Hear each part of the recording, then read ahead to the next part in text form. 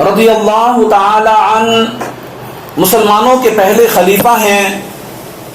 آپ کا نام پاک عبداللہ، کنیت ابو بکر اور لقب صدیق و عتیق ہے.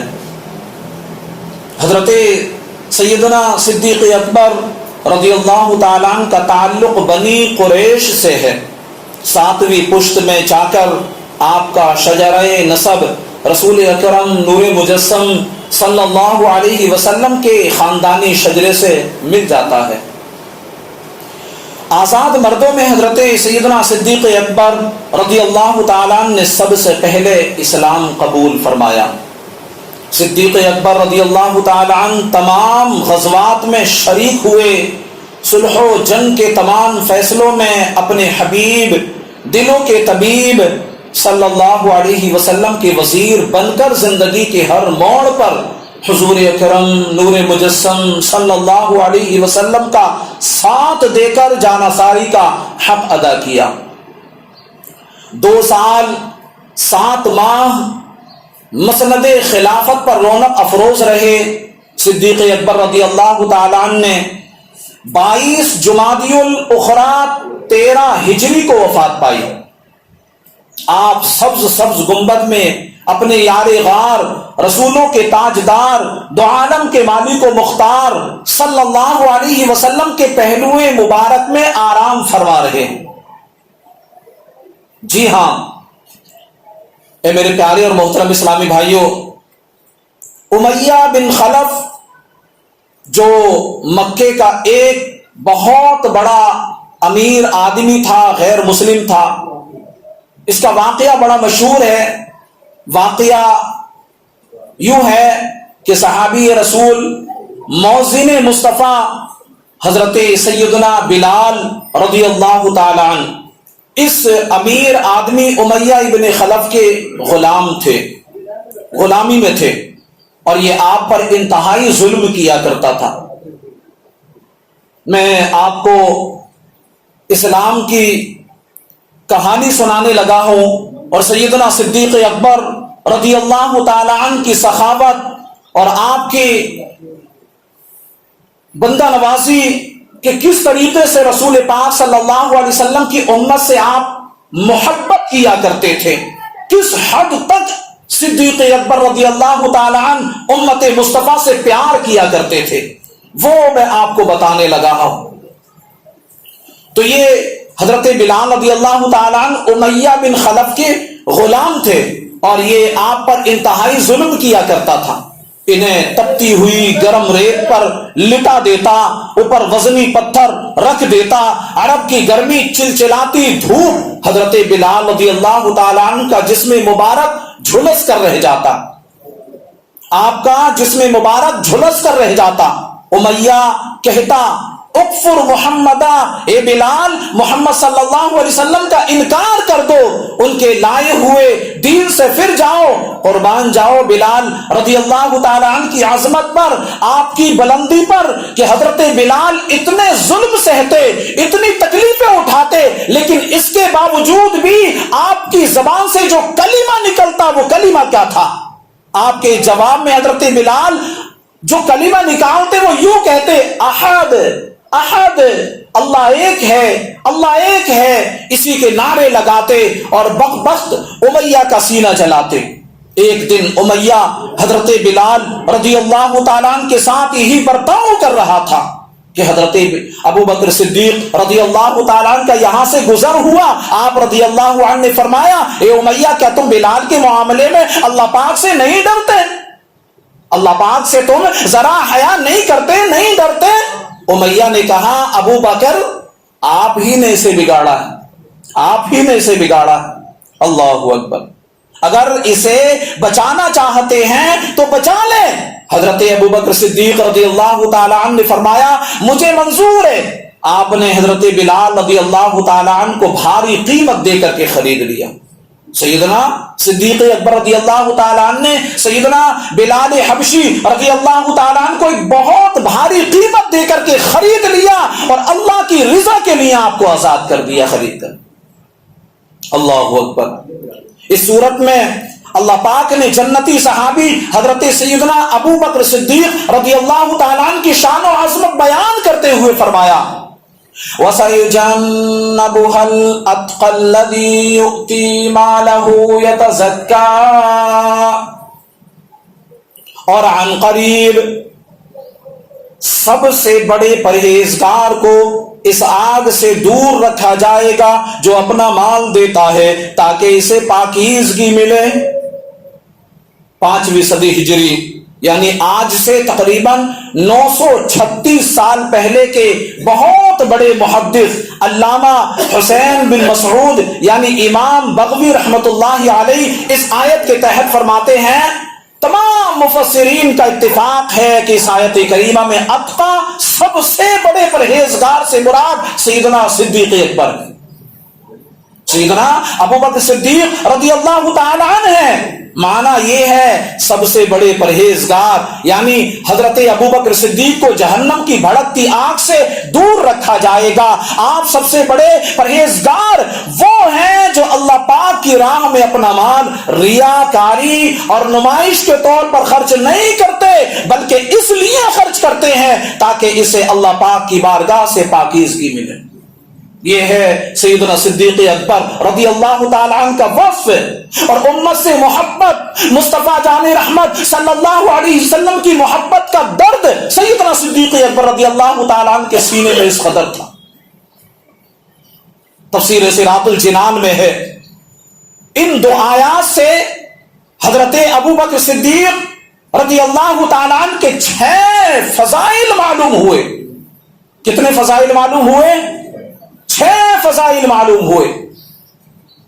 حضرت ابو بکر صدیق رضی اللہ تعالیٰ عنہ سے دنیا میں کوئی گناہ سرزد نہ ہوگا یعنی آپ گناہوں سے محفوظ ہیں۔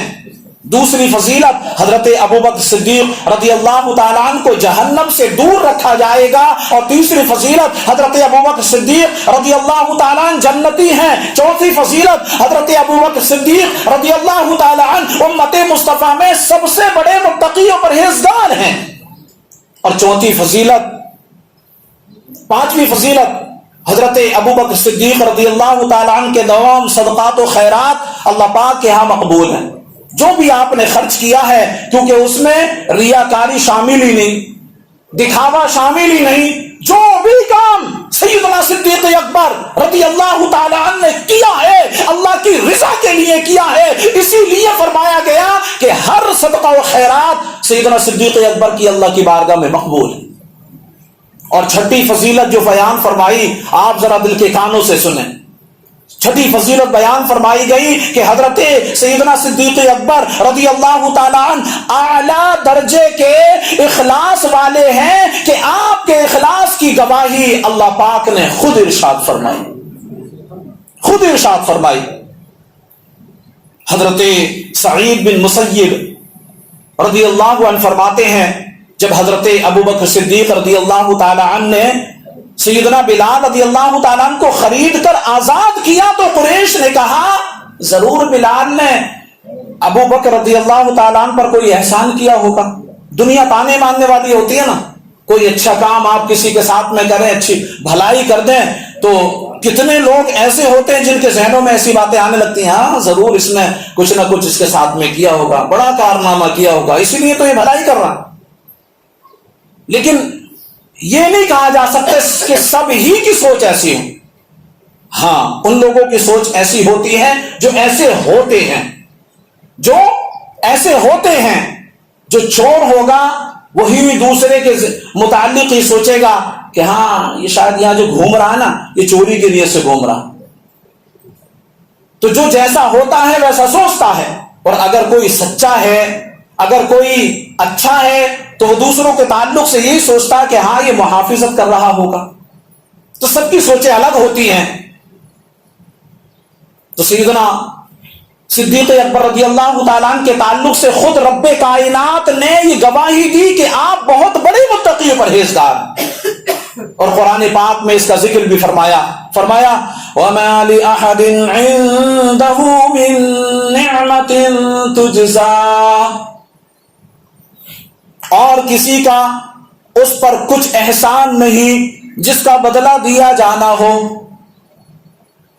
حضرت ابوبکر صدیق رضی اللہ تعالی عنہ کا حضرت بلال رضی اللہ تعالی عنہ کو آزاد کرنا اللہ پاک کی رضا کے لیے ہے، کسی کے احسان کا بدلہ نہیں ہے، اور نہ ان پر حضرت بلال رضی اللہ تعالی عنہ وغیرہ کا کوئی احسان ہے. او مسلمانوں، یہاں ایک بات سمجھنے کی ہے، وہ یہ کہ دین میں فضیلت کا معیار تقویٰ ہے. اللہ پاک ارشاد فرماتا ہے ان اکرمکم عند اللہ اتقاکم، بے شک اللہ کے یہاں تم میں زیادہ عزت والا وہ ہے جو تم میں زیادہ پرہیزگار ہو. اب یہاں یہ نہیں فرمایا گیا کہ جس کے پاس زیادہ مال ہو وہ عزت والا ہے، جس کی زیادہ بات ہو وہ عزت والا ہے، جس کا زیادہ بڑا اسٹیٹس ہو وہ عزت والا ہے، جس کا زیادہ بڑا محل ہو وہ عزت والا ہے، جس کی لمبی لمبی گاڑیاں ہو وہ عزت والا ہے. جی ہاں، جس کے پاس میں ایک علاقہ ہو، بڑی بڑی دکانیں ہو، بڑے بڑے کارخانے ہو، بڑی بڑی فیکٹریوں کا مالک ہو وہ عزت والا ہے. یہاں یہ نہیں فرمایا گیا، بلکہ اللہ پاک نے کلام مقدس میں یوں ارشاد فرمایا کہ بے شک اللہ کے یہاں تم میں زیادہ عزت والا وہ ہے جو زیادہ پرہیزگار ہے، جو زیادہ پرہیزگار ہے، جو زیادہ متقی ہے، وہ اللہ کی بارگاہ میں زیادہ مقبول ہے. تو پتہ چلا افضل وہ ہے جو زیادہ تقوی والا ہے. یہ سمجھنے اور یاد رکھنے کی بات ہے. اچھا، یہاں ایک بات اور خلاصہ کر دوں، اپنے ذہنوں کو حاضر رکھنا، ذرا میری بات کو توجہ سے سننا. علم دین بہت بڑی فضیلت ہے، بہت بڑی فضیلت ہے، مگر افضل ہونے کا معیار نہیں ہے. یہ افضل ہونے کا معیار نہیں ہے. آپ کہیں گے مولانا صاحب یہاں کھڑے ہو کر ایسی بات کر رہے ہو آپ، ارے علم دین تو بہت بڑا، جس کے پاس علم دین ہو وہ تو بہت بڑا افضل ہوتا ہے. تو سنیں، ہم یہ نہیں کہہ سکتے کہ جس کے پاس علم زیادہ ہے وہ افضل ہے. آپ ذرا تاریخ اٹھا کر کے دیکھیں، قرآن پاک میں بھی وضاحت کے ساتھ فرمایا گیا کہ شیطان صدیوں تک معلم الملکوت تھا. کون تھا؟ معلم الملکوت، یعنی فرشتوں کا استاد تھا، پڑھایا کرتا تھا، ان کو علم سکھایا کرتا تھا، معلم الملکوت تھا. اس کے پاس علم کی کمی نہیں تھی، مگر کیا وہ فضیلت والا ہوا؟ سوال آپ سے ہے، کیا وہ فضیلت والا ہے؟ آپ کہیں گے کہ بڑی فضیلتوں والا ہے وہ؟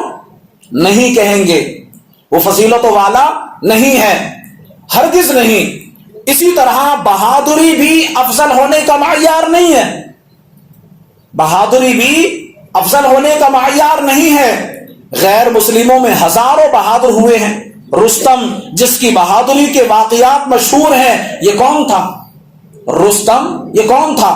یہ غیر مسلم تھا. اور غیر مسلموں کو اللہ پاک نے جانوروں سے بھی بدتر فرمایا ہے، جانوروں سے بھی بدتر فرمایا ہے. یہ کیسے افضل ہو سکتے ہیں؟ سخاوت بھی افضل ہونے کا معیار نہیں ہے.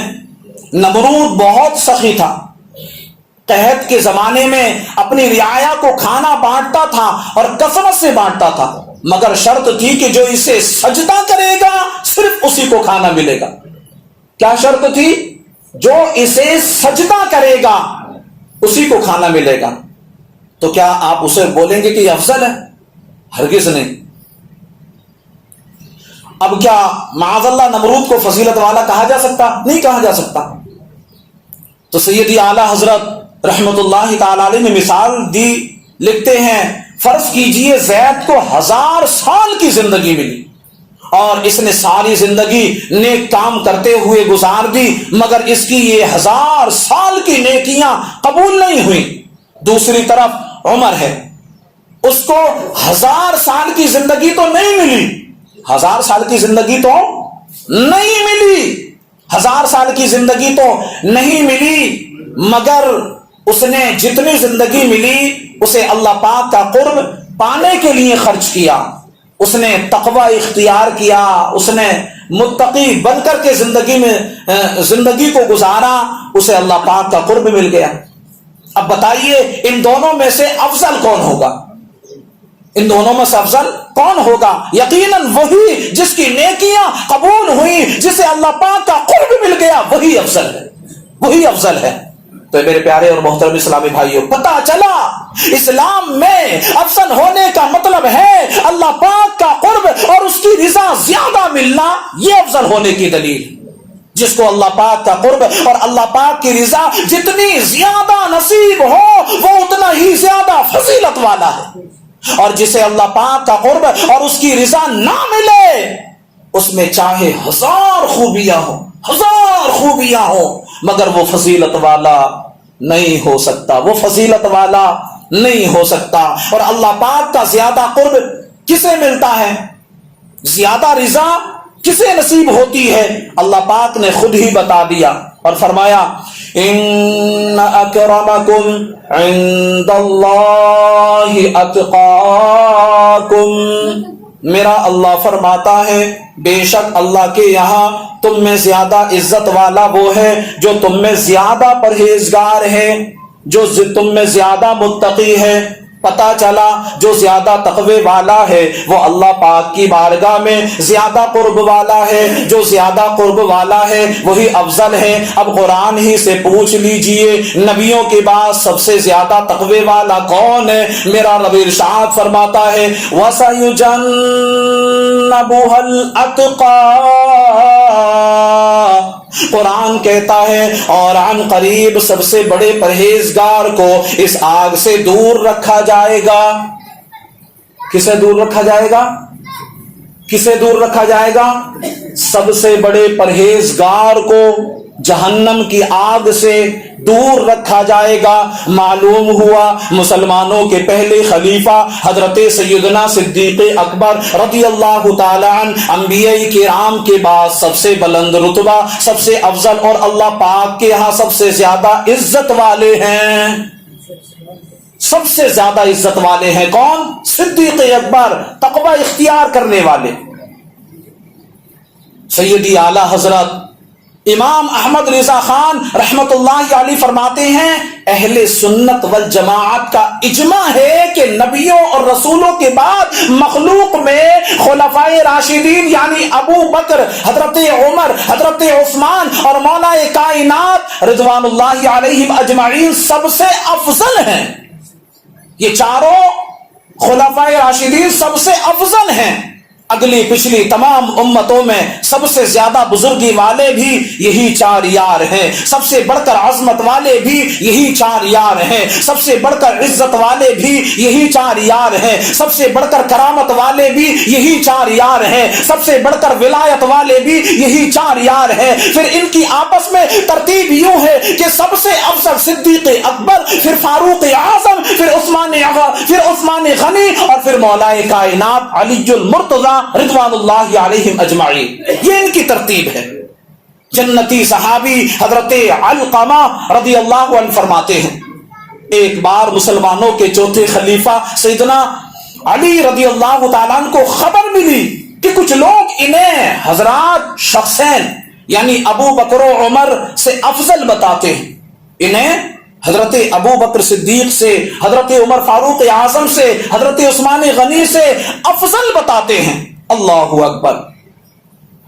یہ سن کر مولا کائنات منبر پر جلوہ افروز ہوئے اور مولا علی رضی اللہ تعالیٰ عنہ کی نگاہ پاک میں یہ کوئی معمولی مسئلہ نہیں تھا، یہ کوئی معمولی مسئلہ نہیں تھا کہ اسے چار لوگوں میں بیان کر دیا جاتا، یہ بہت اہم بات تھی۔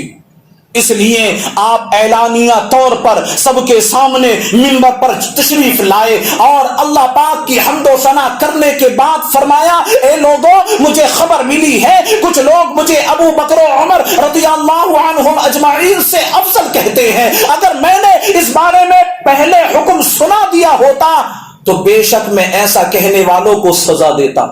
پہلے میں نے اگر اس بات کا حکم سنا دیا ہوتا تو بے شک ان لوگوں کو میں سزا دیتا جو مجھے ان لوگوں سے افضل کہتے ہیں۔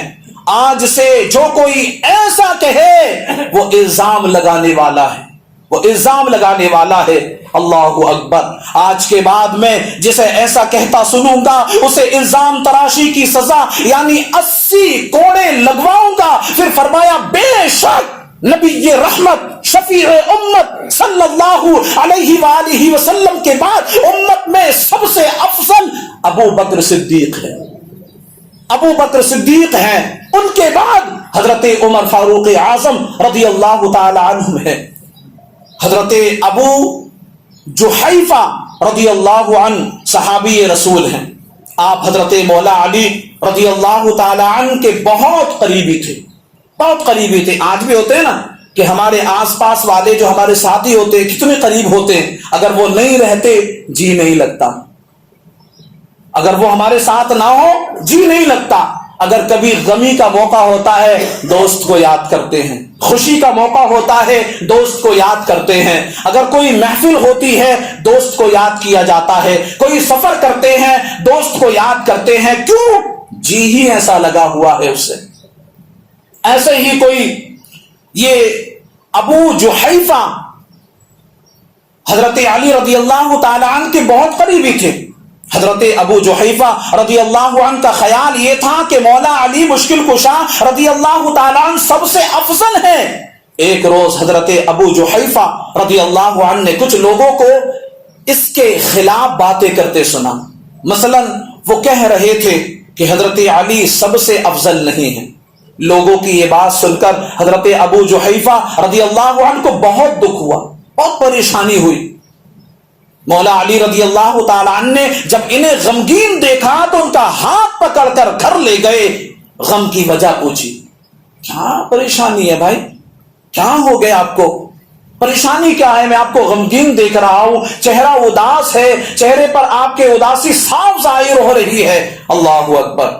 حضرت ابو جحیفہ رضی اللہ عنہ نے لوگوں سے جو سنا تھا بتا دیا۔ ان کی بات سن کر مسلمانوں کے چوتھے خلیفہ حضرت مولائے کائنات علی المرتضیٰ رضی اللہ عنہ نے فرمایا، کیا میں تمہیں نہ بتا دوں کہ امت میں سب سے افضل کون ہے؟ پھر خود ہی فرمایا امت میں سب سے افضل ابو بکر رضی اللہ تعالی عنہ، خود ہی فرمایا۔ ان کے بعد حضرت سیدنا عمر فاروق اعظم رضی اللہ تعالی عنہ ہے۔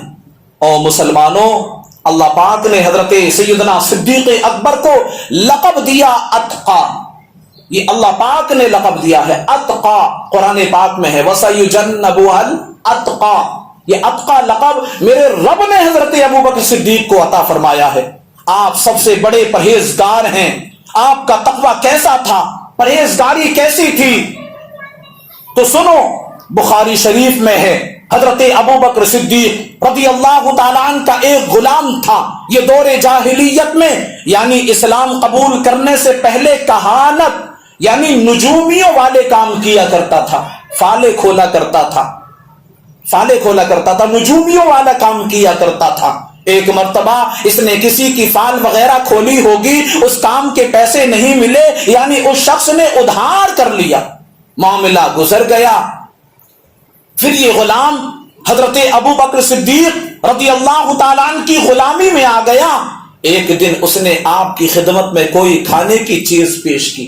غلام نے سیدنا صدیق اکبر کے غلام نے سیدنا صدیق اکبر کی خدمت میں کھانے کی کوئی چیز پیش کی۔ سیدنا صدیق اکبر رضی اللہ تعالیٰ عنہ نے کھا لی۔ جب کھانا کھا چکے تو غلام نے کہا، علی جان، ابھی جو آپ نے کھایا جانتے ہیں کہ کہاں سے آیا تھا؟ آپ نے حیرانی سے پوچھا، کہاں سے آیا تھا؟